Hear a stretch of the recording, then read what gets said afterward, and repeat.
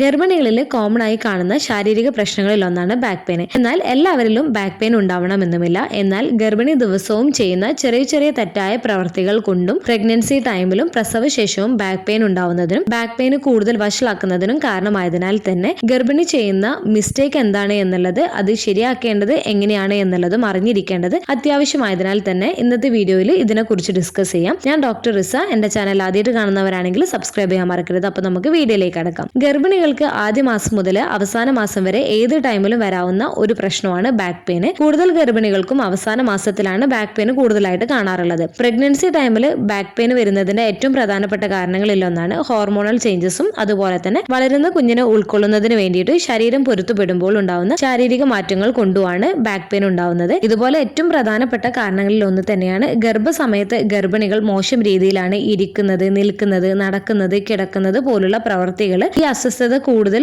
വഷളാക്കുന്നതിനും കൂടുതൽ മറ്റു ബുദ്ധിമുട്ടുകളൊക്കെ ഉണ്ടാക്കുന്നതിന് കാരണമാവുകയും ചെയ്യുന്നതാണ്. അതുകൊണ്ട് തന്നെ ഈ പ്രവൃത്തി ഓരോന്നും നടുവേദനയെ എങ്ങനെ ബാധിക്കുന്നു എന്നും ഒപ്പം ശരിയായ പോസ്ചർ എങ്ങനെ മെയിൻറ്റെയിൻ ചെയ്യണമെന്നും നോക്കാം നമുക്ക്. ഫസ്റ്റ്, ഗർഭിണിയുടെ നടത്തത്തിന്റെ രീതിയാണ്. വയറിന്റെ സൈസ് കൂടുമ്പോൾ, അതായത് യൂട്രസ് വലുതാവുമ്പോൾ മുന്നിലേക്ക് തള്ളുന്നതിനാൽ തന്നെ ബാക്കിൽ ഒരു കർവ് പോലെ വളഞ്ഞായിരിക്കും ഷേപ്പ്. ഈ ഒരു ഷേപ്പും പലപ്പോഴും ഗർഭിണി നടക്കുമ്പോൾ ഊര വളച്ച് വയറ് മുന്നിലേക്ക് തള്ളിയിട്ടായിരിക്കും നടക്കുന്നത്. ഇങ്ങനെ നടക്കുന്നത് അല്ലെങ്കിൽ കുനിഞ്ഞ് മുന്നിലേക്ക് കുനിഞ്ഞിട്ടോ അല്ലെങ്കിൽ പിന്നിലേക്ക് ചാഞ്ഞു നിൽക്കുന്നത് പോലെയുള്ള മോശം ഭാവത്തോടു കൂടിയാണ് നിങ്ങൾ നടക്കുന്നത് എന്നുണ്ടെങ്കിലും സ്പീഡിൽ നടക്കുന്നതും ഒരുപാട് ദൂരം നടക്കുന്നതും നിങ്ങളുടെ ബാക്കിലെ മസിൽസിൽ കൂടുതൽ സ്ട്രെയിൻ കൊടുക്കുകയും ഇത് കാരണം നിങ്ങൾക്ക് ബാക്ക് പെയിനും അതുപോലെ തന്നെ ബാക്കിൽ അസ്വസ്ഥതയൊക്കെ ഉണ്ടാക്കുന്നതിന് ഇടയാക്കുകയും ചെയ്യുന്നതാണ്. അതുകൊണ്ട് തന്നെ ഗർഭിണികൾ നടക്കുമ്പോൾ ഊര വളച്ച് വയറ് ഫ്രണ്ടിലേക്ക് തള്ളിയ രീതിയിൽ നടക്കുന്നത് അവോയ്ഡ് ചെയ്യുന്നതിന് വേണ്ടിയിട്ട് ശ്രദ്ധിക്കേണ്ടതാണ്. നടക്കുമ്പോൾ ഗർഭിണികൾ ബാക്ക് സ്ട്രെയിറ്റ് ആയിട്ട് ഇരിക്കുന്നതിന് വേണ്ടിയിട്ടും നിങ്ങളുടെ തല ഉയർത്തി താടി ഫ്ലോറിൽ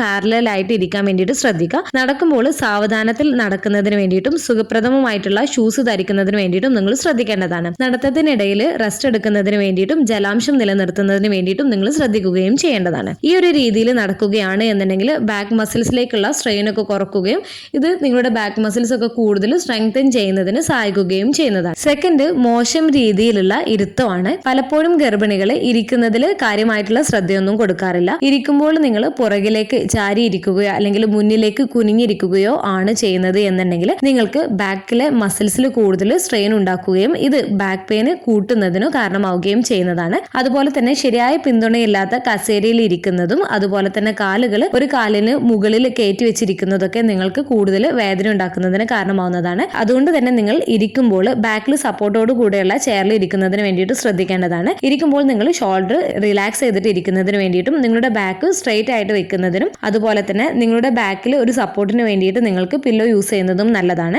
കാലുകൾ രണ്ടും തറയിൽ പതിച്ചിരിക്കുന്നതിന് വേണ്ടിയിട്ടും നിങ്ങളുടെ ഇടുപ്പിന്റെ വീതിയിൽ വൈഡ് ചെയ്ത് വെക്കുന്നതിന് വേണ്ടിയിട്ടും ശ്രദ്ധിക്കേണ്ടതാണ്. നിങ്ങൾക്ക് ഫുഡ് സ്റ്റൂൾ വേണമെങ്കിൽ നിങ്ങൾക്ക് കാല് വെക്കുന്നതിന് വേണ്ടിയിട്ട് യൂസ് ചെയ്യാവുന്നതാണ്. ഇത് നിങ്ങൾക്ക് നിങ്ങളുടെ ബാക്കിലേക്കുള്ള സ്ട്രെയിൻ കുറക്കുന്നതിനും നിങ്ങളുടെ കാലിലേക്ക് നീര് വരുന്നതൊക്കെ കുറക്കുന്നതിന് സഹായിക്കുകയും ചെയ്യുന്നതാണ്.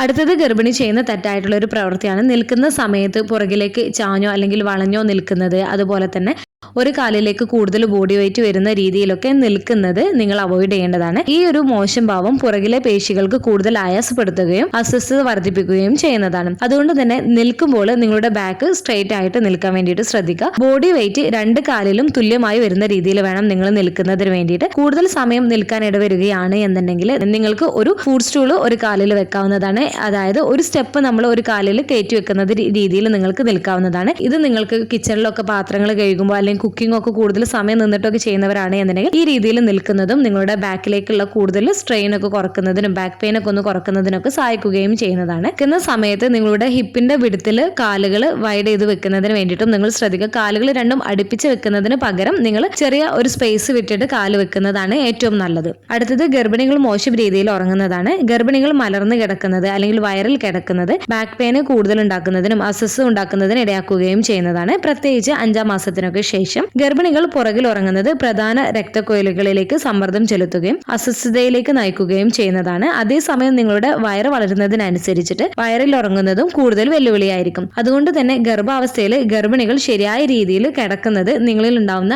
ബാക്ക് പെയിൻ കുറക്കുന്നതിന് സഹായിക്കുന്നതാണ്. അതുകൊണ്ട് തന്നെ ഗർഭിണികൾ സൈഡിലേക്ക് കിടക്കുന്നതിന് വേണ്ടിയിട്ടും കാലുകൾ രണ്ടും ചെറിയ രീതിയിൽ ബെൻഡ് ചെയ്യുന്നതിന് വേണ്ടിയിട്ടും കാലുകളുടെ രണ്ടിടയിലായിട്ട് ഒരു പില്ലോ വെക്കുകയും അതുപോലെ തന്നെ നിങ്ങൾക്ക് ബാക്കിൽ സപ്പോർട്ടിന് വേണ്ടിയിട്ട് പില്ലോ യൂസ് ചെയ്യാവുന്നതാണ്. അതുപോലെ തന്നെ നിങ്ങളുടെ വയറിനടിയിലായിട്ട് പില്ലോ യൂസ് ചെയ്യുന്നതും വയറിലേക്കുള്ള വേദന കുറക്കുന്നതിനും അതുപോലെ തന്നെ പ്രഷറൊക്കെ കുറക്കുന്നതിനും നിങ്ങളുടെ ബാക്കിലെ മസിൽസിൽ വരുന്ന സ്ട്രെയിനും കാര്യങ്ങളൊക്കെ കുറക്കുന്നതിനും ബാക്ക് പെയിൻ ഒക്കെ കുറക്കുന്നതിന് സഹായിക്കുകയും ചെയ്യുന്നതാണ്. ഈ പറഞ്ഞ കാര്യങ്ങളൊക്കെയാണ് പ്രധാനമായിട്ടും ഗർഭസമയത്ത് ചെയ്യുന്ന ചെറിയ ചെറിയ രീതിയിലുള്ള തെറ്റുകൾ നിങ്ങൾക്ക് കൂടുതലായിട്ട് ബാക്ക് പെയിൻ ഉണ്ടാക്കുന്നത്. അതുപോലെ തന്നെ മറ്റൊരു പ്രവൃത്തിയാണ് നിങ്ങൾ ഹെവി ആയിട്ടുള്ള സാധനങ്ങൾ നിങ്ങൾ തറയിൽ നിന്നൊക്കെ പൊക്കുന്നത് നിങ്ങൾ ശ്രദ്ധിക്കേണ്ടതാണ്. നിങ്ങളുടെ ഹിപ്പ് ബെൻഡ് ചെയ്യുന്നതിന് പകരമായിട്ട് നിങ്ങളുടെ കാൽമുട്ടുകൾ ബെൻഡ് ചെയ്തതിന് ശേഷം നിങ്ങളുടെ ബാക്ക് സ്ട്രെയിറ്റ് ചെയ്തതിന് ശേഷം വേണം ഹെവി ആയിട്ടുള്ള സാധനങ്ങൾ പൊക്കുന്നതിന് വേണ്ടിയിട്ട്. ഇങ്ങനെ ശരിയായ രീതിയിലല്ല നിങ്ങൾ പൊക്കുന്നത് എന്നുണ്ടെങ്കിൽ നിങ്ങളുടെ ബാക്കിലേക്ക് കൂടുതൽ സ്ട്രെയിൻ വരികയും ഇത് ബാക്ക് പെയിൻ കൂടുതൽ വഷളാക്കുന്നതിന് ഇടയാക്കുകയും ചെയ്യുന്നതാണ്.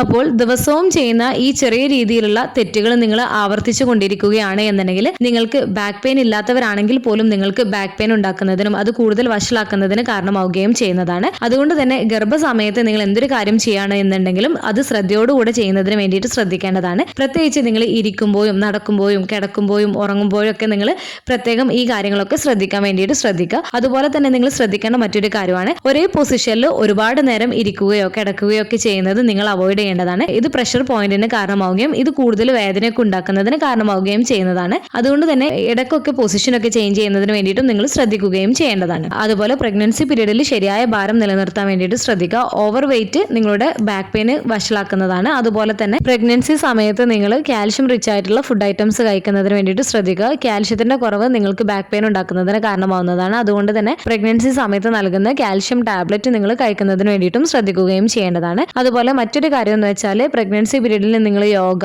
മൈൽഡ് ആയിട്ടുള്ള രീതിയിലുള്ള എക്സസൈസ് ചെയ്യുന്നതും സ്ട്രെച്ചിങ് തരത്തിലുള്ള എക്സസൈസ് ദിവസവും ചെയ്യുന്നത് നിങ്ങളുടെ ബാക്കിലെ മസിൽസ് ശക്തിപ്പെടുത്തുന്നതിന് വേണ്ടിയിട്ടും നല്ല ഭാവം മെച്ചപ്പെടുത്തുന്നതിന് സഹായിക്കുകയും ചെയ്യുന്നതാണ്. അതുപോലെ തന്നെ പെട്ടെന്നുള്ള മൂവ്മെന്റ്സും കാര്യങ്ങളൊക്കെ ഒഴിവാക്കുന്നതിന് വേണ്ടിയിട്ട് നിങ്ങൾ ശ്രദ്ധിക്കേണ്ടതാണ്. ഗർഭാവസ്ഥയിൽ തുടർച്ചയായിട്ടുള്ളതോ കഠിനമായിട്ടുള്ളതോ ആയിട്ടുള്ള നടുവേദന നിങ്ങൾക്ക് അനുഭവപ്പെടുന്നുണ്ട് എന്നുണ്ടെങ്കിൽ തീർച്ചയായിട്ടും നിങ്ങൾ ഡോക്ടറെ കാണിക്കുകയും ചെയ്യേണ്ടതാണ്. ഈ ഒരു വീഡിയോ നിങ്ങൾക്ക് യൂസ്ഫുൾ ആയിട്ട് തോന്നിയിട്ടുണ്ടെങ്കിൽ മറ്റുള്ളവർക്കും കൂടെ ഷെയർ ചെയ്ത് കൊടുക്കാം. എന്തെങ്കിലും ഡൗട്ടുകൾ ഉണ്ടെങ്കിൽ കമന്റ് ആയിട്ട് ചോദിക്കാവുന്നതാണ്. അടുത്തൊരു വീഡിയോയിൽ കാണുന്നത് വരെ ബൈ.